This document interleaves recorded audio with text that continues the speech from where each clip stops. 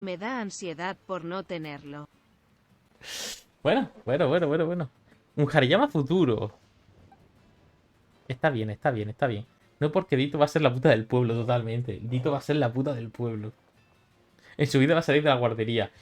No es que en la guardería, es en el picnic ahora, es en el picnic. Con lo cual va a haber mucho mundo. Vale. ¿A qué nivel evolucionaba la árbitra piúpita?